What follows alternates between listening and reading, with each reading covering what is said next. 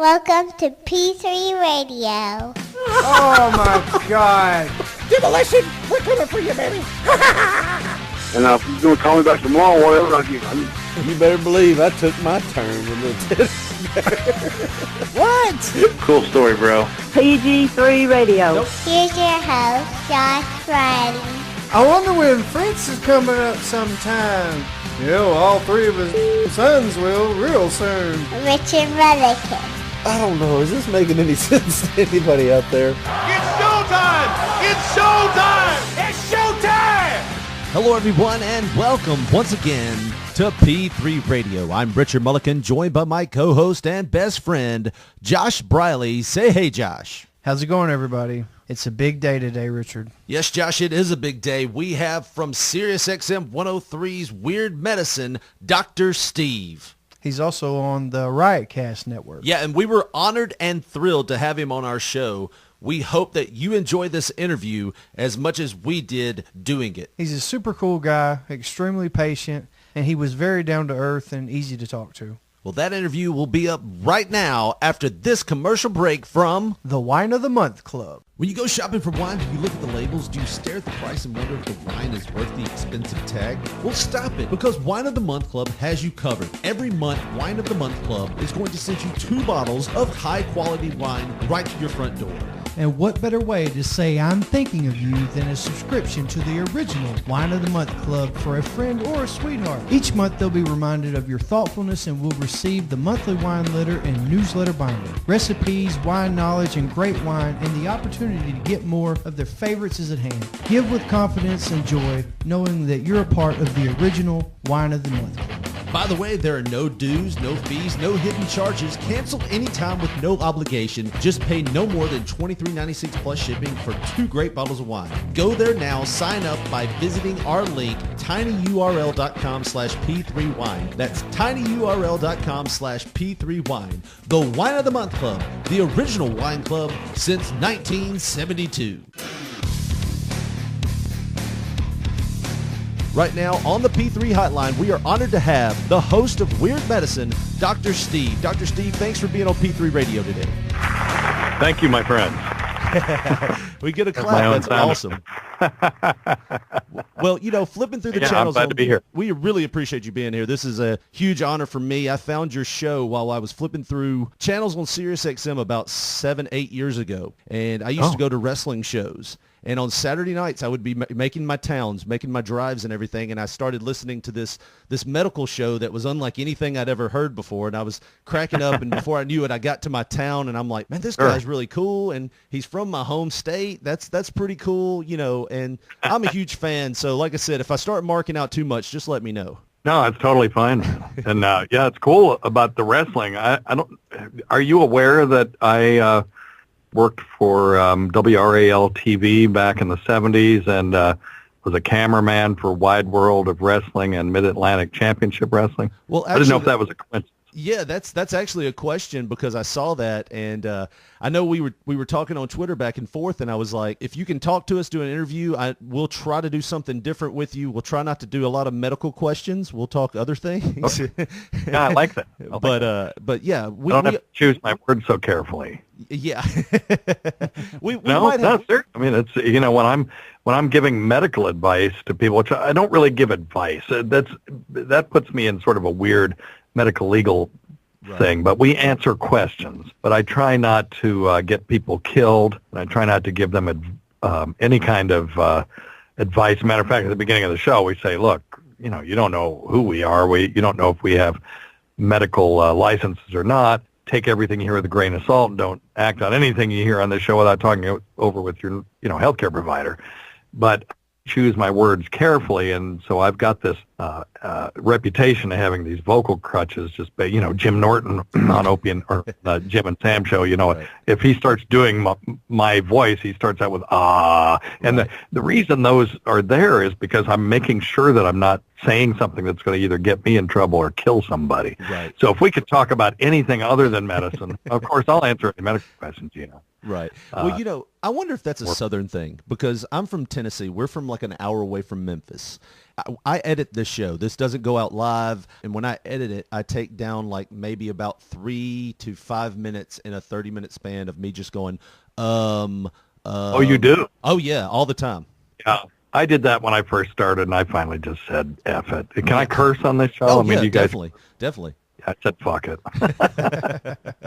I started listening in about 2009, 2010, so I don't know the backstory. How did you get connected with O&A? Well, that is an interesting... Well, I don't know how interesting it is. It's interesting to me because it is kind of a torturous path. What happened was those guys, when they first started in 2004, and I was one of the first people that... I mean, I signed up the day I heard about it, because back then all they had was some radio station in Orlando, and those were the morning shows that were on SiriusXm or XM radio at the time. And it was okay, but it just kind of sucked, and I kept hoping that Howard Stern would come over, and I kept calling him and saying, I'll buy more radios if you get Howard Stern. I never heard of Opie and Anthony, and then they did about a month-long promo.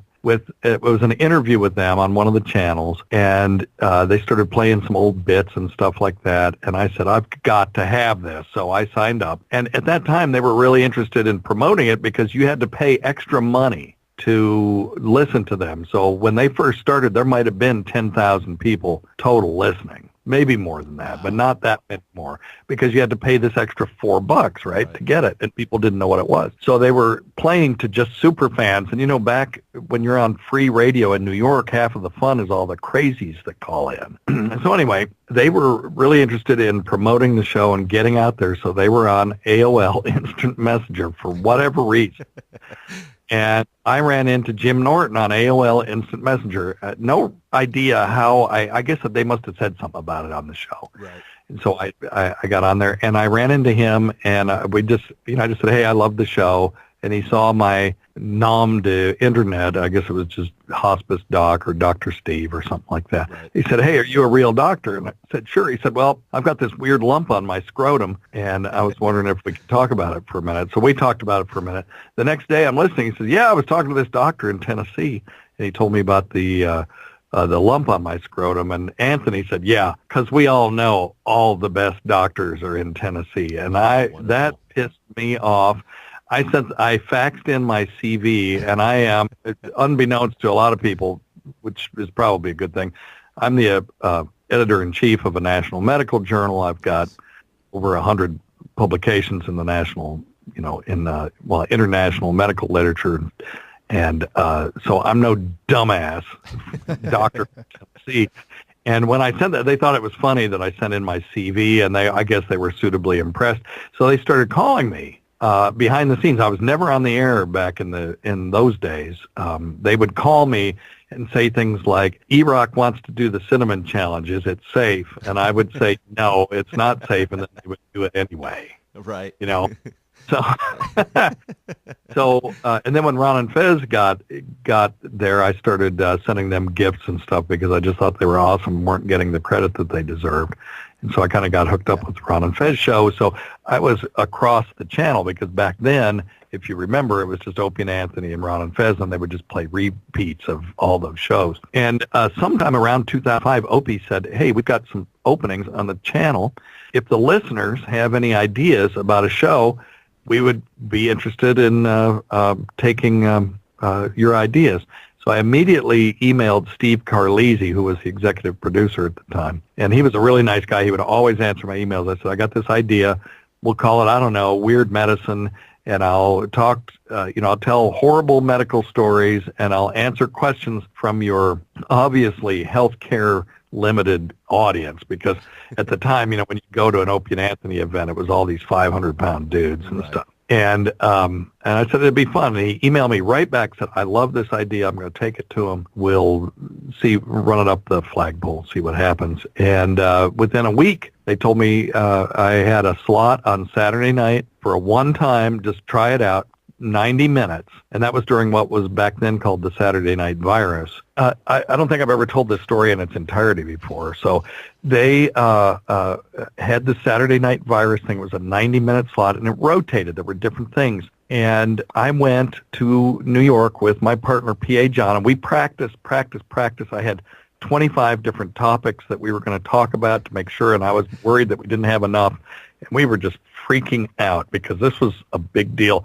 And that Friday, we went and sat on the bleachers. I just thought that they would say, hey, Dr. Steve's doing a thing Saturday night. And my feeling was that they invited us to do this because either it would suck so bad that they could make fun of us, or it would be great and they could take credit for it. Either way, it was a win-win for them. So we're sitting out there on the bleachers, and they say, next, Dr. Steve's going to be on the show and answer your medical question. I'm like, what?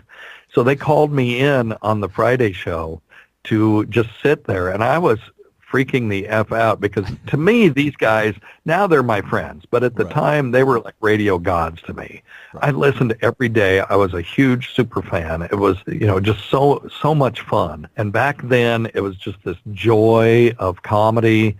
And, they would dissect, when they would bomb in the studio, they would dissect why those jokes didn't work. And, it was like comedy college kind of. Right. Just the sense of humors that all those guys had. And even Opie, for as much stuff as Opie takes, I loved Opie on the show, too. Opie made me laugh every day. Yeah, exactly. And Opie's the reason that I have my show. I had it in the first place. He's the one that greenlit it. Right. And he's the one that defended me against Tim Sabian when Tim Sabian tried to cleanse the channel of all the older stuff. And he stood up for me, so I will never crap on Opie. I know that he's, cannon fodder for a lot of people, but I've seen him work, and he was a consummate professional. He loves radio, and anyway, so I'll catch hell just for saying nice things. No, not for me, man, because like I said, I was a huge Opie and Anthony fan, and Jim Norton, and even when they had beef, it was just, I still supported Opie and Anthony. I subscribed to Anthony's channel. I listened to Opie and Jim every morning. I listened to Opie in the afternoons when they moved him there. I thought they all brought a different perspective to that show that when you joined it all together, it just made this something special there. Yeah, the chemistry that they had was something that just doesn't happen very often. Same thing with Howard and Robin and Fred. It just doesn't happen very often. And when it does, it's magic. And it was, the original Opie and Anthony show was just so much fun. But anyway, so they called me in, and I got to sit down, and I got a couple of laughs, and then they had me do a prostate exam on Pat Duffy on the air, and I was freaking out. I thought somehow the American Medical Association was going to come after me and all this stuff, but there was no way I could say no. They were like, well, you had one of those doctors that does prostate exams? Say, sure, I do it every day. And they said, you want to do one on the air? It's like, oh, well, I kind of need an office setting. They said, oh, we're just a bunch of guys just having fun. It's no big deal. We're just being silly. And I said, well, I would need gloves. And then, ploop, they plopped down, Nathaniel Bryant plopped down a thing of gloves that were exactly the right size. I don't know why they had those, but they had them. And I said, well, I'd have to have lube, too. And then, bloop, Nathaniel Bryant plopped down lube. I don't know if they had planned on this or they just had that stuff laying around. Let's just hope. And so there was no getting out of it. So I did a prostate exam on Pat Duffy. That became my bit. Every time I'd go up there, I had to do a prostate exam on somebody else. I did one on Roland Campos, who was the booker. Yeah. I did one on Big A, and then my pièce de résistance was doing it on Tippy Tom, who was a homeless guy. Oh. And he actually, I proclaimed him the healthiest guy in the studio after I did the physical exam on him. And then he puked all over the place on the carpet outside the studio. And then he was dead a year later. So, I mean, we get, healthiest guy in the studio. That shows my prognostic skills. Either that or those other 3 or 4 guys are in trouble. Yeah, well, he just got drunk and fell and hit his head. It wasn't anything that I could have predicted, but anyway, so so my first appearance went okay, and they were pretty happy with it. And then the Saturday night, and I got no sleep that night. That Saturday night, we had to do our show, and we were sharing the 3-hour time slot with a guy named Big Kev, who did Big Kev's Geek Stuff. So we went out to eat. We go up there, and Anthony Cumia is standing there, and I'm like, dude, what are you doing here? And he says, I'm here to watch you do your show. Wow. So I had to do my very first show that I'd ever done was on satellite radio. At that time, they were getting about 100,000 listeners on Saturday night. Sitting in Anthony's chair with Anthony Cumia watching me. It was extremely nerve-wracking. The good news was we got such a great response that the phone lines were absolutely full. We had to bump the one guest that we had because we had to take phone calls. All those 25 topics that I had prepared, well, I think we got to 2 of them, and they said, look, you got to quit doing topics. You got to start taking phone calls. Wow. And that 90 minutes went so fast, and when it was over, Anthony came up to us and said, that's the best first show I've ever heard in my life, and that made us very happy. So that's kind of how we got started. And then we've been on since 2005, so as it is right now, we are the longest running show on that channel, including the Opie and Anthony show. This year we actually eclipsed them as far as time on the air. Wow. So it's so great. What were your thoughts whenever Anthony was fired? Oh, I was crestfallen. First, I thought it couldn't be real because they put out this thing and said after careful consideration. There's no way that there was any careful consideration because it happened that weekend, and they fired him over the weekend on a holiday weekend. You know, look, Anthony's got his issues with social media, and it's gotten him in trouble more than once. He got banned from Twitter, but he likes to do it. And in the old days, before Twitter, you would have gone home and drunk a bunch of beers, kicked some furniture around, and cursed, called one of your friends and told them the story. And nobody would have known anything about it. The problem was going Twitter, and, some of the things that he said were, in the heat of the moment. And he said since then that he's regretted saying those things. So There were things that were said on the show that were way more risque than those tweets. It was like, are you even listening to the product that's on your network? Right. But the difference is you have to have a subscription to hear those things, and people didn't complain about those things. And people were complaining apparently about his tweets, and they kind of went viral. And the next thing they knew, it was landing on the big boss's desk, and they were just like, "Fuck this." Yeah. That's basically what they said, is just "fuck this." Wow. And Ope's theory is that they were gunning for them anyway because they were expensive. And that since Howard had signed for another 5 years, they weren't as a valuable commodity as they initially. They had them there as an insurance policy against Howard ever walking out, or at least partially so. And that's one hypothesis. Heck, I don't know. I don't have any insider information about that stuff at all. After the firing, we heard a lot about on the air. You could hear the tension between Opie and Anthony and back and forth. And as a listener, I couldn't hear any of that when I was listening. I knew nothing that was going on. Jimmy, you mean? Well, even back when Anthony left the show, him and Opie were just kind of back and forth. Did you pick up on any of that while you were there? I only knew about it from what was said to me behind the scenes that, I'm not at liberty to repeat. Right. No, but that's fine. That's the only way I knew about it, because I would listen and say, what are they talking about? Because, things would be said, but I would never hear it. They were really, really good after 20 years of doing that, of just doing their show. But you could, when those guys who used to live together don't hang out together anymore, and then as soon as the show was over, they would all go their separate ways and not even speak to each other until the show started the next day, unless they had a meeting to go to. You kind of knew. It was always funny when they would talk about Scott and Todd. And looking back on it now, if you listen to some of those old Jocktobers, the whole time they're living exactly what they're talking about with Scott and Todd. Yeah, and except they were hiding it way better. And they were actually funny. Exactly. A lot of these morning zoos, will make these sort of jokes, and then they'll just laugh outrageously at things. And the thing I always liked about O&A was they didn't fake laugh. If it was funny, they would laugh. If it wasn't funny, they bombed, and then they would go over in great detail how the person bombed and why. Right. And that you don't hear that very often on these morning zoos. Another one that another radio show that I think, at least back when I used to listen to them, which was 14 years ago, was Bob and Tom. They were truly funny, and they were really good at having funny people in the studio and allowing the comedians to kind of do their thing and make the show funny. Do you still talk to Opie? Let me rephrase that. Opie? Yeah. It's not the first time he's been called Opie. No. Isn't that funny? I mean, when you have the words Opie and Anthony in your head and then you want to just say Opie, Right. sometimes he comes out. And opium, he's been called opium. It's seriously, somebody actually thinks it's his name. Do you still talk with Opie? I mean, do you think he'll ever get back in radio? I don't know.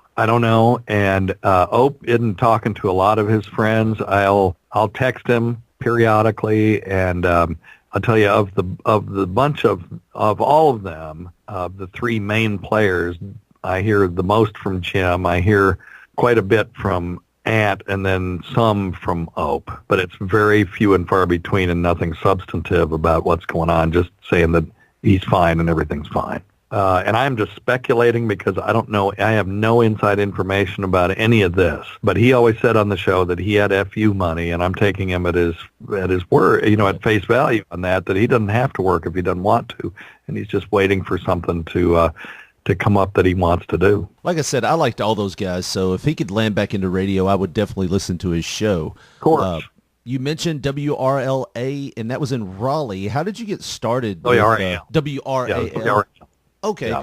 Well, you mentioned being a cameraman for them. How did you get started doing that? Well, I was a radio, television, motion pictures major at University of North Carolina at Chapel Hill. And when I graduated, I put in an application at WRAL and WDUR and WRDU, and WRAL called me. And the guy that hired me had gone, I think if I remember correctly, he'd gone through the program at Chapel Hill too, and so he saw kind of a kindred spirit. And so I started doing the Uncle Paul show, and we were doing Rose's commercials in the morning news, and then when I hit the weekday day crew, we were doing every Wednesday Mid-Atlantic Championship Wrestling and Wide World of Wrestling. Now, back then, this was owned by Jim Crockett, and they would do two shows. No clue why they did it this way, why they did two different shows, but they did two different shows, and they just had a banner on the bleachers, and they would just flip it around. One side said Mid-Atlantic Championship Wrestling, the other side said Wide World of Wrestling. They did this at that time as a loss. These were commercials. These were hour-long commercials that the Crockett brothers would put on 35 different stations around the Southeast, solely designed to get people into the arenas and pay, X number of dollars to get into the arena, fill it up, and play out all these scenarios that they started on the TV show. So if you watch the TV show every week, you would notice that they would set up these rivalries. Mr. Wrestling Tim Woods or Paul Jones. Paul Jones was the one. He turned bad. and so he turned bad and turned against his partner, who I think was Mr. Wrestling Tim Woods, if I remember. That part I'm fuzzy about. Right. And then he turned against him and then was, wrestling with the heels. And then it was never resolved on the TV show. It was resolved in the arena where he turned around and, threw chalk dust in somebody's eyes, the bad guys, and then just jumped on them and started tag teaming with his old partner. That was the greatest stuff, but it was all loss leaders. So they would pay money on late night Saturday nights to put these shows on all these different channels. And so since there were 35 different channels, each channel had to have two commercials embedded in the show that say, tonight in Dorton Arena, a Texas chainsaw match with Wahoo McDaniel, and then Wahoo McDaniel would get out there and go, Blackjack Mulligan, if you're listening. And of course he'd be listening because he'd be sitting right there. We had to do 70 of these fucking things in a day. Started doing the show, right? So they would put these tables down, and they would get sandwiches and stuff like that in, and all the wrestlers would sit around the tables. And then Gene or Ole Anderson, I can't remember which, or their younger brother, what was his name? Lars Anderson? Maybe. I think he was their younger brother, but he would say, okay, next up is McDaniel, Mulligan, and Rufus R. Jones. And then they'd get up there, and then the announcer say, tonight in Charlotte Coliseum. And then the guys would come out, and they'd pump the thing up, Mr. Wrestling Tim Woods, I've got a vendetta against you, and then and that would get people into the arenas, and we had to do two of those for each channel, 35 channels, 70 commercials. Wow. So there was no room for effing around. It was just let's go. So of course they were all just sitting there. They were in business together. Right. And we made a mistake one time of putting this really gorgeous woman in the studio as the camera person, because the only person that was in the studio with them, other than wrestling personnel, was the camera person. It created total chaos. These guys would walk by her and fart or belch, or they'd drop their pants and go oops and all this stuff, and it just caused chaos. So the rule was we had to put dudes in there in the studio. I think we moved her up to be an audio engineer or something. Well, you know, that formula, we grew up in Memphis, around Memphis, and we had WMC5 Channel TV5 Championship Wrestling here in Memphis. And I actually ended up wrestling on the Memphis circuit for about 10 years, and we would do TV and stuff. I was never big, trust me. I was just small potatoes. I was a big guy with a bald head and a goatee, carbon copy of everybody else in wrestling nowadays. But they still did the same thing. The workers didn't get paid for the TV shows. You showed up Saturday morning, you worked for free, and you would film 2 shows a month. One would be live to tape, and the only money you made was getting yourself booked off that TV show, or if they were running a show that month, that's how you got paid. So they were just giving you an opportunity. Interesting. Yeah, it's I crazy. think that's still going on because they make money off of Raw and all these events on TV now. Definitely. And that was a real, I think, revelation for them was, wow, we don't have to pay to put these shows on TV. People will pay us for our content, and that changed the whole thing. That's when the super rich Vince McMahons and all that kind of stuff started happening, I think. Now, when you were in the back, that was around the 70s, 80s? Yeah, so our group was Ric Flair, Mr. Wrestling, Tim Woods, Blackjack Mulligan, Rufus R. Jones, Igor, Polish Prince, Baron von Raschke, Ricky Steamboat, Wahoo McDaniel. Did I say Blackjack Mulligan? Yeah, Blackjack Mulligan. But, I mean, that's an all-star cast. If you follow wrestling, you know pretty much all those names. Hall of Greg Famers. Valentine. Greg Valentine was that one, yeah. Now, and Greg Valentine used to get the hate mail. He got so much hate mail, and there was this guy, and they would put the letters out on this piano right outside the studio. There was a piano out there that Uncle Paul would play, and they would just lay all the fan mail out there, and we would read Greg Valentine's mail, and this guy would write, "You damn dirty rotten," and every single word is spelled wrong. It'd be DAMURTYROTTON. It was so funny. God, I wish I'd kept some of that stuff. the business was very protected for so long. They didn't let anybody in the business know that it was a work. Did anybody try to protect it around you or threaten you or say you better not tell anybody this or that? No, not at all. Not at all. Wow. It was known that the outcome was a foregone conclusion. Mm-hmm. And I didn't think it was a secret. Even back then, you just didn't talk about it. I mean, if I'd gone on TV or on a radio show and said, yeah, wrestling's fake, that would have been a problem because wrestling isn't fake. No. It may be scripted, and the outcome is known ahead of time, so it's not a sport in that sense. But it is not fake because those guys are really putting their bodies on the line and getting injured and the whole thing. You know, I watched a guy jump off of one of the turnbuckles one time and just miss the jump a little bit and hit his forehead right on a camera and just opened his forehead up. So there's nothing fake about that. Right. But yeah, I don't remember. We just kind of knew that it was entertainment, and because we knew it was entertainment, we didn't think to speak about it. Right. And usually when people tell me, when I say I used to be a professional wrestler, they say, isn't all that stuff fake? And I'm like, I wish it was. And then I show them all the scars from the surgeries that I've had, like the back surgery, the ankle surgery, the knee surgery. After 10 years and not making any money, I was just like, nope, done with this. I want to carry my daughter. I want to be able to pick her up. And then, like I said, I had my first back surgery. And I was like, I'm done. Yeah, it's the opposite of fake. Yeah. But if someone thought that it was a real sport, that the outcome was not known ahead of time, then I guess that's where that term started, coming from. But it's entertainment, and it's very entertaining. Oh, yeah. And they got to keep coming up with new crap all the time. I loved the one back quite a few years ago where Vince McMahon got into his limo. Yeah. And then he had to come out like two, Yes, of 3 days course. later and say, "I'm alive. Benoit killed his family. I'm sorry." Yeah, that work could have gone on for quite a while. Oh, and, yeah. Do you have any good rib stories from your time working around wrestlers? You know, seeing them play practical jokes on anybody or? Well, no, but I'll tell you my favorite story. I told this on my show recently, but I'm sure none of your listeners have ever heard my show. So We only have There like was- 7, so don't worry about it. It's fine. okay, well, my favorite wrestler story is the time I met Brute Bernard, and when I was a kid. In Michigan, I used to see him on this little 13-inch black and white TV, and if you don't know who Brute Bernard is, I can't remember his partner's name. It was Skull something.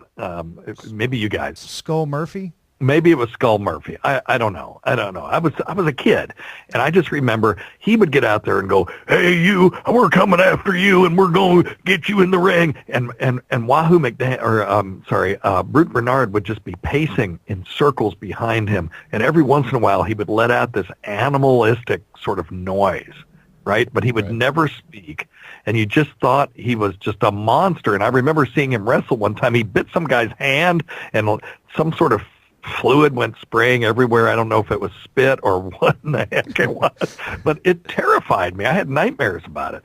So when I got into wrestling, that was never far from my mind was this whole Brute Bernard thing. And one day they hired him to come and wrestle with us just as a special occasion. I don't know what the deal was. Every once in a while we would get somebody from outside. We got Andre the Giant once. The other guy that just died not too long ago with the curly blonde hair, what was his name? Dusty Rhodes. A lot of them, Dusty to be Rhodes. honest. We got Dusty Rhodes once. Dusty Rhodes, yeah. And then we got Brute Bernard, right? And so I was really kind of freaked out, and I knew, I've been in wrestling long enough to know he probably wasn't really like that, but I was really interested to see what he was really like after him terrifying and, being a part of my nightmares through my childhood. So I'm standing outside the dressing room, which was at the bottom of these stairs. So the dressing room was up these metal stairs, and you'd come down, and you'd take a right and go through these big metal doors into the studio. And here's at the top of the stairs is Brute Bernard, and he's walking down the stairs. He had these big, thick reading glasses on and a silk smoking jacket with a cigarette in a holder. And he was reading a copy of the Wall Street Journal. I was like, oh, my God. And I don't remember if I said anything to him. In my head, I sort of remember, because remember, this was in the 70s. This is a long time ago, 30, 40 years ago. And I sort of remember saying, "Hello, Mr. Bernard, great to meet you." And he's like, "Hey, kid," or something like that, And all of those sort of nightmarish images just melted away. But what a sweet guy. And he was just cool. And like they all were pretty cool. Ric Flair was always a real gentleman to us and the crew, and they were just cool guys.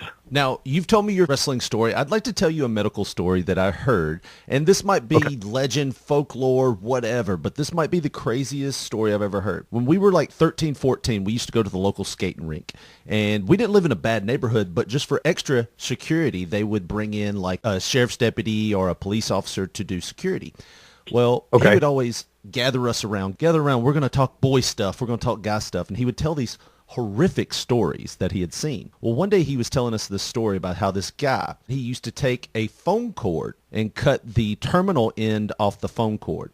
And he was taking the phone cord and shoving it down into the end of his penis, like all the way down as far as he could. He said he was getting his jollies, and then when he get to the moment that he was ready to go, he would rip the phone cord out. And he said, I don't know what he was getting out of it, but one day he shoved it down, went to rip, and it wouldn't come. So he said he goes to the doctor, and he goes to the ER, and he goes, I need to see a male nurse or a male doctor. And they say, tell us what's wrong. I need to see a male doctor. So they get a male doctor back there. He shows him. And by the way, when they say that, they immediately know what's wrong. Yeah. So he says, I need to see a male doctor. The male doctor comes, and he says he shows him, and he says the male doctor's response was, first off, why? And second off, okay, we're going to have to do something here. So he said the only way to do this was they had to basically take it like a hot dog and cut it right down the middle and get the phone cord out that way. Now, Here's Must have been not. Here's my question off of that. One, Yeah. is this just a folklore story that you might have heard before? And two, could that be true? Is there something to that on both accounts? Could somebody be getting anything out of that, for one?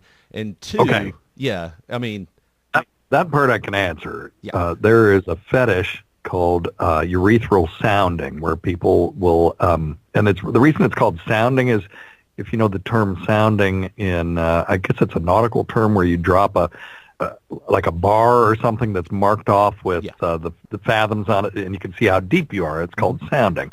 And so you can sound a uterus, you can sound a urethra by taking a metal bar and sticking it in the penis, and then see how deep it goes.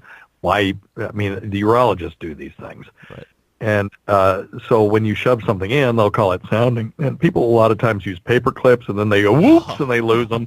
oh, But geez. this one doesn't sound that unusual. What probably happened was when he got it in there, he shoved it in too far, and then it knotted on the end, and they couldn't pull it back out again.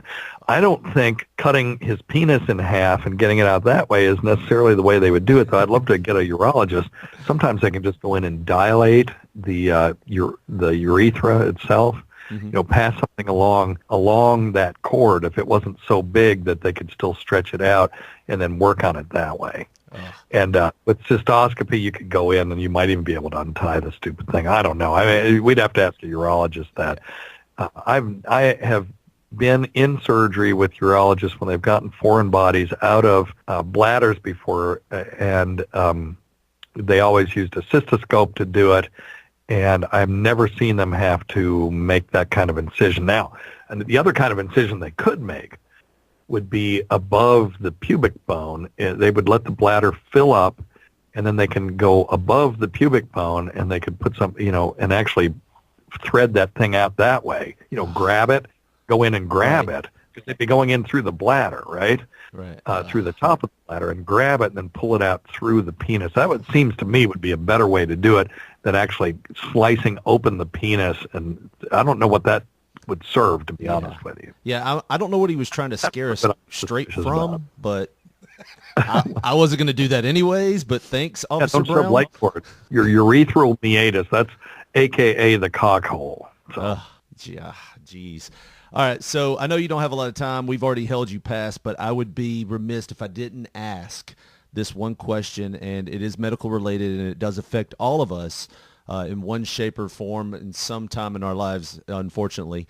And it deals with your line of work. A couple years back, they were talking about on Opie and Anthony cancer research and cures, and you had brought up, and I think this might have been 4 years ago, you had brought up a research that they were doing where they were taking out white blood cells and somehow showing the white blood cells that cancer cells were bad and injecting back into the host.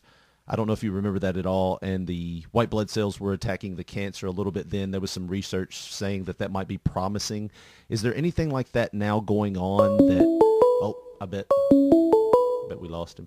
Hello? You with us? Yeah. Hey, sorry I'm sorry. about that. No. I don't know what happened. My computer just restarted for no reason. So I thought I freaked you guys out so bad that you just shut up, and, and then I realized I wasn't connected to you anymore. No, we were sitting here, and I was like going on, and I was talking about this last question I was going to ask you, and all of a sudden my phone started ringing, so I don't know what the last thing you heard was.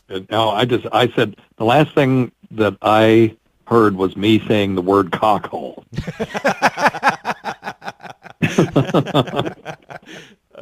Okay, so I'll reset a little bit, and what I was going to say was, a couple years back, I guess it was about 5 or 6 years ago on Opie and Anthony, but the cancer research, it's faced everybody in some form or shape, and one family member or another.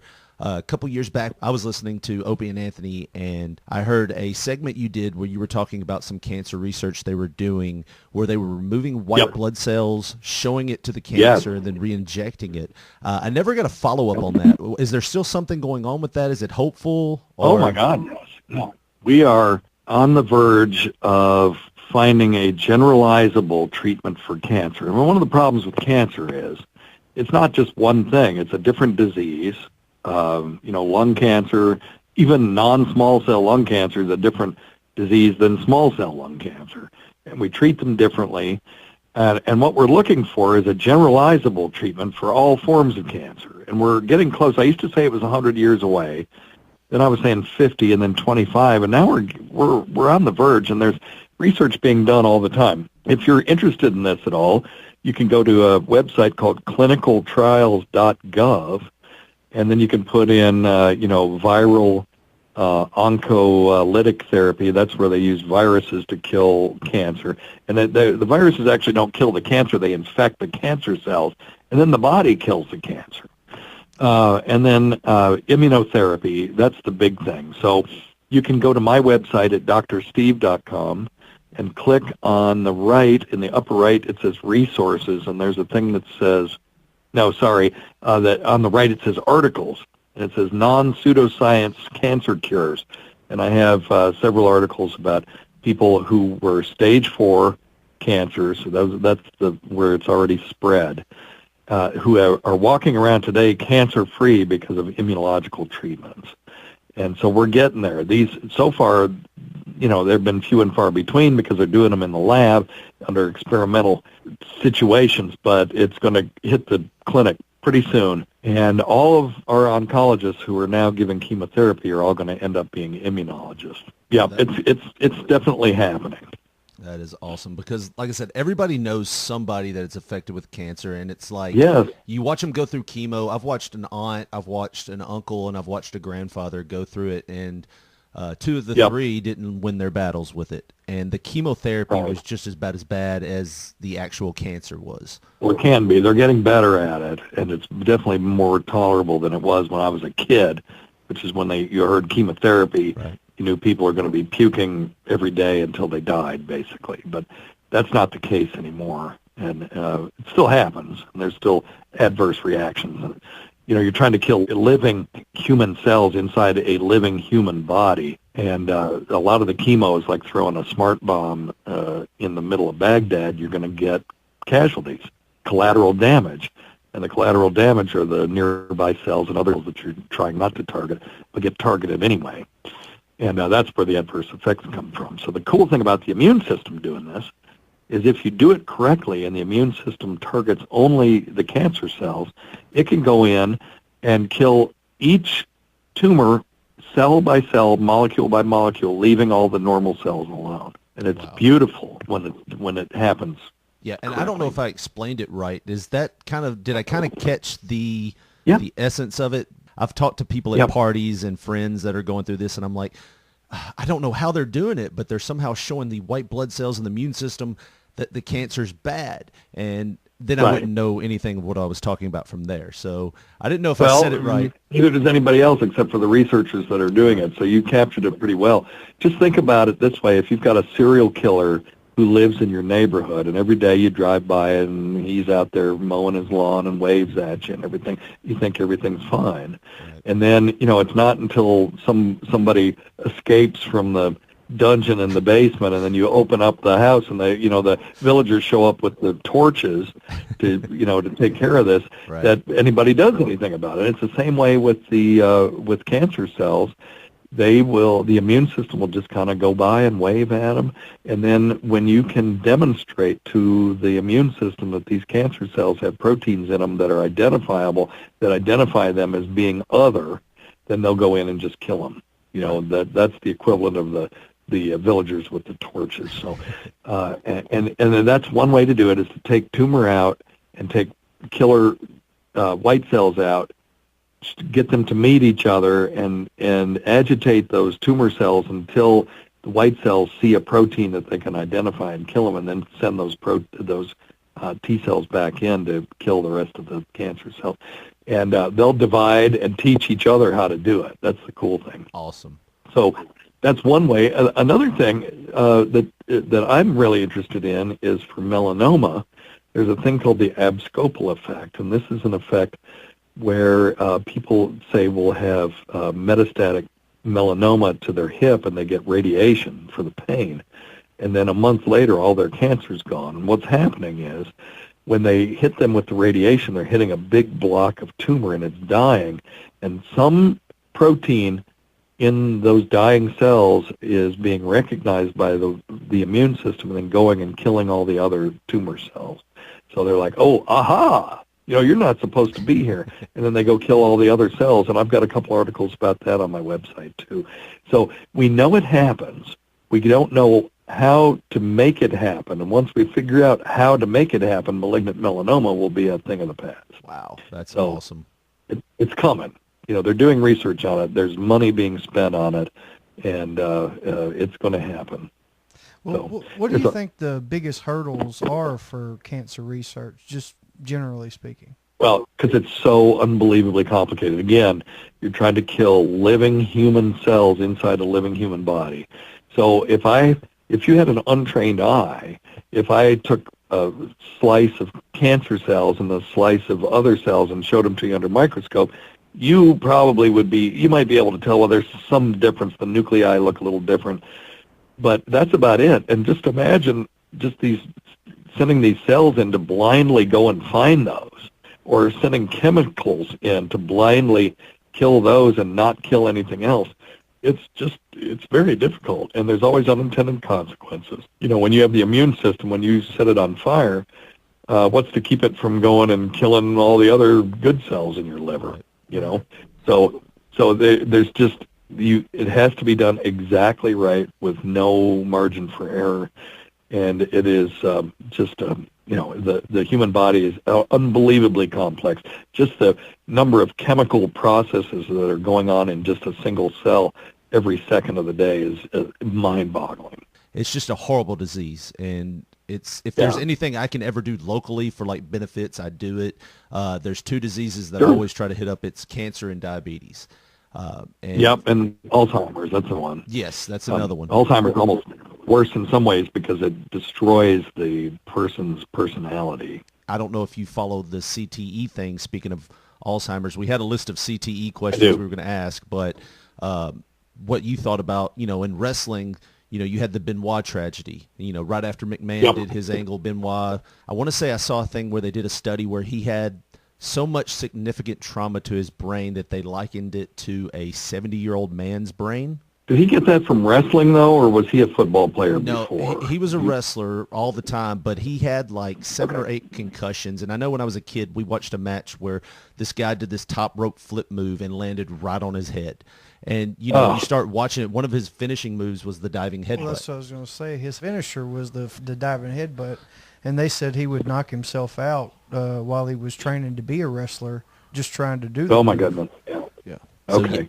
Yeah, I know nothing about Chris Benoit's situation at all, but CTE is it's one of those things that, my kids aren't playing football. I'll tell you that. And you can say whatever you want about me as a parent for not putting my, so I'm a wimp or whatever, but, they're doing cross country. Well, I can totally relate because my son, he's getting to the age to where he's wanting to do something physical, whether it be football. He's really asked me, I want to do boxing, Dad. I really want to. And I hate to tell him every time I shoot it down just because I said there's no sense in getting, hit in the head whenever you don't have to. Right. That's the way I look at it. Yeah, he could maybe do, some of the martial arts, the sparring stuff, those people really don't get hurt. You're going for points. You're not going for knockouts. Right. Do you think stem cell research could be beneficial for people suffering from CTE? I sure hope so. And I don't have any specific knowledge about that, to be honest with you. If I'd known you were going to ask me that, I would have done some research on it before I called in. But, stem cells are just basically pluripotent cells. They can become anything. And the neurologic system, particularly the central nervous system, is one of the last frontiers in medicine. Immunology and neurology, those are the two big ones. Is once we harness those, when someone breaks their neck and severs their spinal cord, when we can put it back together and they can walk again, then we will have really done something. But, we just don't understand how it works yet. Well, hell, we don't know how consciousness works. How is it that we're even talking to each other on electronic devices that human beings invented because they were smart enough to figure this out over, 4,000 years of going from, look, the moon looks the same today as it did 28 days ago, to where we are right now, where we're talking to each other through, this vast computer complex, and we still are having difficulty understanding how consciousness works. We have no clue, even what it is.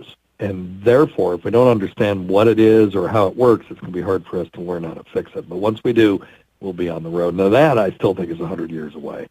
So do you buy into that theory that in a couple of years' time or 10 years' time that we will be able to download our consciousness in a computer and live forever as I a sure machine? hope so. Yeah. With my luck, it'll happen the day after I croak. Right. But these people that are going to upload their brains into machines, I think they're going to be sorely disappointed by the kind of existence that they have in a machine. But I've read a couple of books, science fiction books about this, and then if you're interested in that at all, just Google Ray Kurzweil, because that's his thing. Okay. He's trying to stay alive long enough so that he can upload his brain into a computer chip and live forever. I remembered somebody said something about that on O&A, talking about how they thought the next generation would live to be 100-and-something years old, maybe never die, blah, blah, blah, blah. And Anthony just goes, meat rots. Yeah, right. That's right.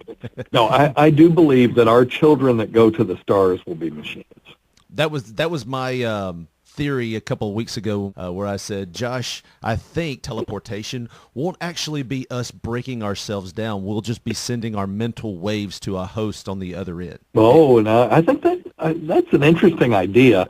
I think that one's been explored in science fiction as well, because it's, you can either have a wormhole that you walk through, so you walk through, or you deconstruct yourself on one end and then construct yourself on the other, which ends up having all kinds of crazy ethical stuff.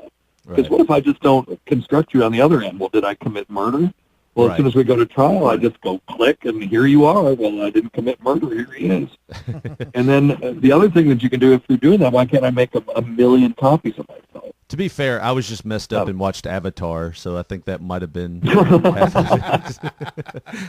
Yeah, well, okay, but that's not a bad idea either. And to upload if you can upload your consciousness to a machine, obviously you can encode that in some sort of electromagnetic wave and send it somewhere to a machine instead of just doing a direct link up, right? It's got to be.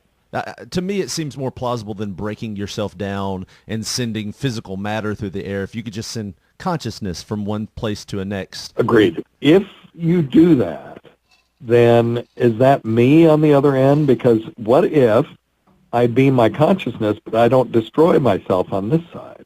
Now I've got this other person that has all of my memories that says, I was on Earth and now I'm on Mars and I'm walking around. But here I am on Earth saying, I was on Earth and I'm still on Earth and I beamed my consciousness to Mars. And now you've got two people, now their experiences start to diverge, but they both think they're me. And again, you could, if you're going to do that once, you could do it 1,000,000 times and make 1,000,000 copies of me. Yeah, and you'd almost have to have something that would wipe the hard drive clean as soon as you got out of that host body. Like you don't want so you would visiting. have to do that just to keep that from happening. But that's the only reason it would happen, was you'd say, well, I'm going to kill myself just so that I can only have one copy of me. But then, what if it doesn't work exactly right? There's a book called I Am Legion. It's a science fiction book about a guy that got his consciousness put into machines that could then reproduce themselves. And then they shot him into space to colonize other worlds. And so now there's like 1,000,000 copies of him running around in these spaceships, and he can modify his machinery so that he can be primarily a spaceship or primarily a machine that makes other copies of himself and stuff like that. It's really kind of interesting.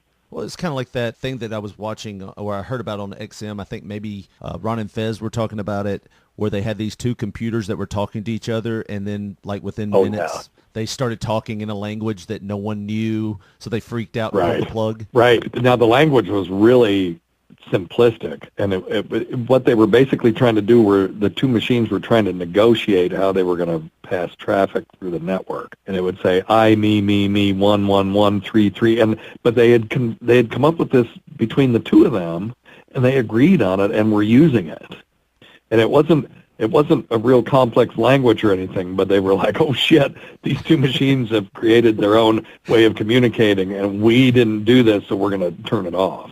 So one of these days, the person isn't going to turn it off, and then God knows what's going to happen. So do you think we are at risk for a robot apocalypse? Freaking Skynet. Have you seen the video of the robot that can jump and Yes. do flips in the air? Yes, I've seen that Now, one. if And I've that seen thing the had, dog. if that's yes, and the dog is terrifying as Yes. well. If that thing had unlimited power, which we don't have, Right. you know, unlimited power and intelligence, we are screwed if it decides that it doesn't like us anymore. And it may just disregard us altogether because, you know, their purposes and ours could be totally different, or we could have some that we program that are friendly to us and others that, you know, are not. Who knows? You know, it is a little bit disconcerting, but we're quite a few years away from that. And the biggest thing that reassures me on this particular topic is I can't even get my stupid cell phone to keep a charge all day long. Right.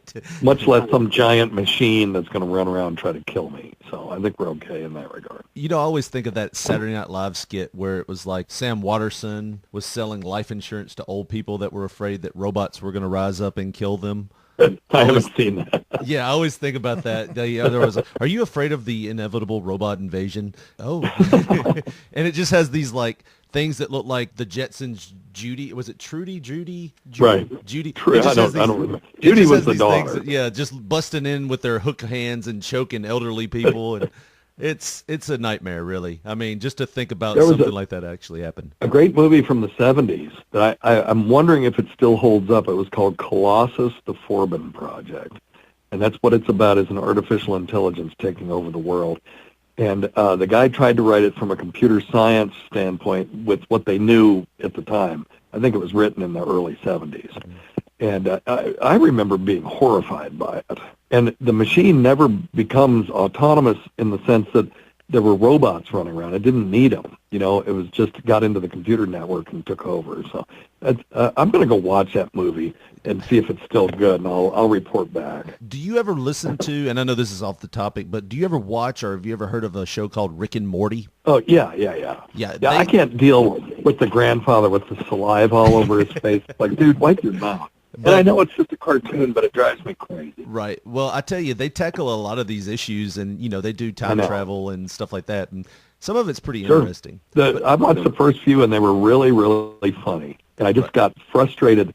I get frustrated with substance abuse when people aren't willing to take care of it. Right. And so there's shows like Shameless. I can't watch that.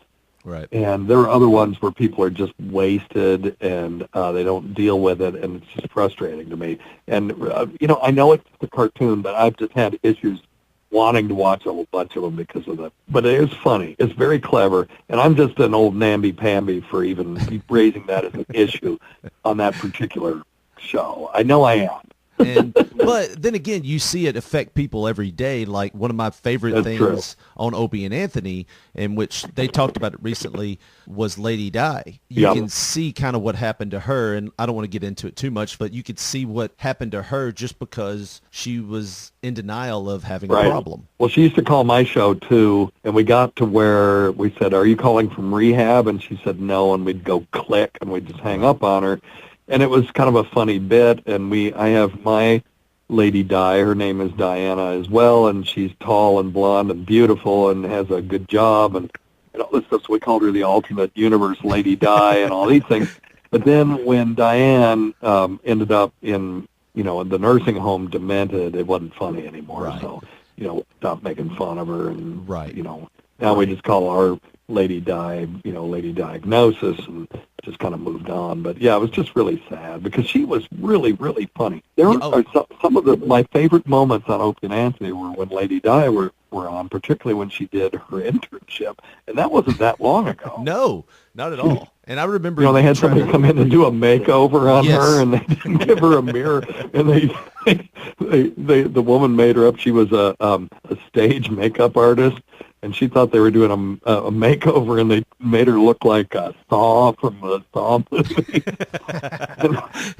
It's just horrible. I remember y'all were trying to help her even in the internship, and then it was nothing more chilling and nothing more scary than that call she'd made to Opie and Jim where she was telling them that she was in the Navy, and I was like, man, that's just... Well, that was the last time anybody made fun of her. Right. Was that... Now, I don't want to get involved to her medical conditions, but okay. Was some of that brought on by drinking? Yes.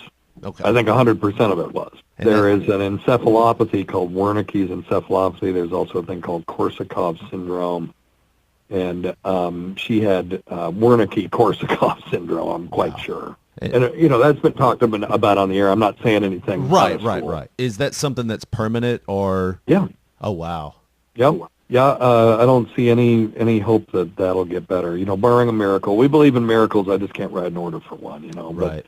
But, thiamine will prevent some of it, but some of it is just, just bad. It's just bad. And it's just so sad. Her son's a nice guy. He was a very nice person.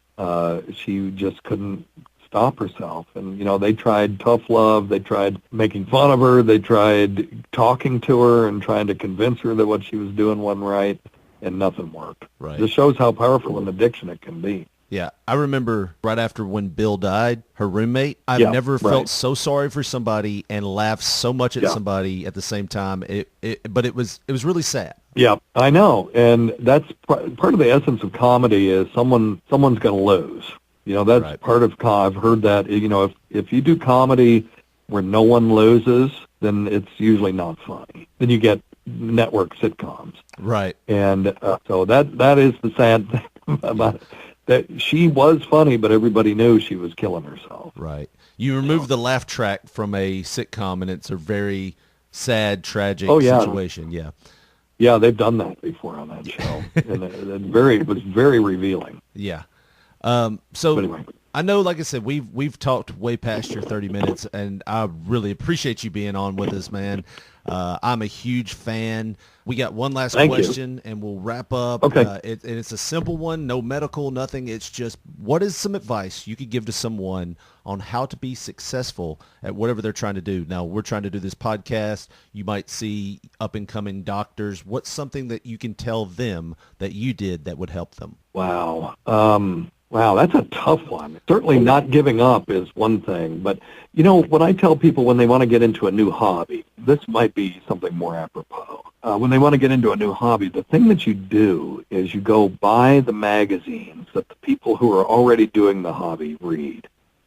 Or go to the websites where they already go. And when you start doing that, you'll start to understand the language. At first, it'll just be gibberish. And then the more and more that you kind of delve into it, the more understanding you'll get. And that's really true of medicine, podcasting, just about anything, is learning the language itself and not feeling intimidated just because you don't understand it in the beginning and hanging in there. Because how do kids learn language? Right. They're submersed in it for years, and it takes, a 5-year-old has pretty good command of the English language, but a 3-year-old doesn't. So it takes 3 to 5 years before you're going to get proficient. And, when you've done things, what's the adage? If you do things for 10,000 hours, you're an expert. Right. And that's how long it takes to do stand-up. That's how long it takes to do medicine. That's how long it takes to do podcasting. I'm still a novice when it comes to podcasting just because I only do 2 hours a week. Opie and Anthony would do. We'll never make it. Well, Opie and Anthony would do 4 hours a day. Right. And one time we calculated, it was a few years ago, that even after we'd been doing this for, I can't remember, 9 years, we'd only done actually 6 months of equivalent work that Opie and Anthony did. Wow. Well, Dr. Steve, we appreciate you being on with us, man. Once again, you can hear him Saturday nights, 8 p.m. on SiriusXm 103, or catch his show, Weird Medicine, on the Riotcast Network. Dr. Steve, once again, thank you so much for being a part of this show, and we appreciate your time. Thanks, boys. Thanks for having me on. I really enjoyed it. Well, the sound of the song means that we have wrapped up another show here at P3 Radio. We'd like to thank all of you for listening, and please check us out on Facebook at Pop Poncho, on Twitter at P3 Radio, and on YouTube and iTunes at P3 Radio. We'd like to thank Dr. Steve and every one of you for listening to the show. Please join us next week for another edition of P3 Radio. But until then, thank you and good night.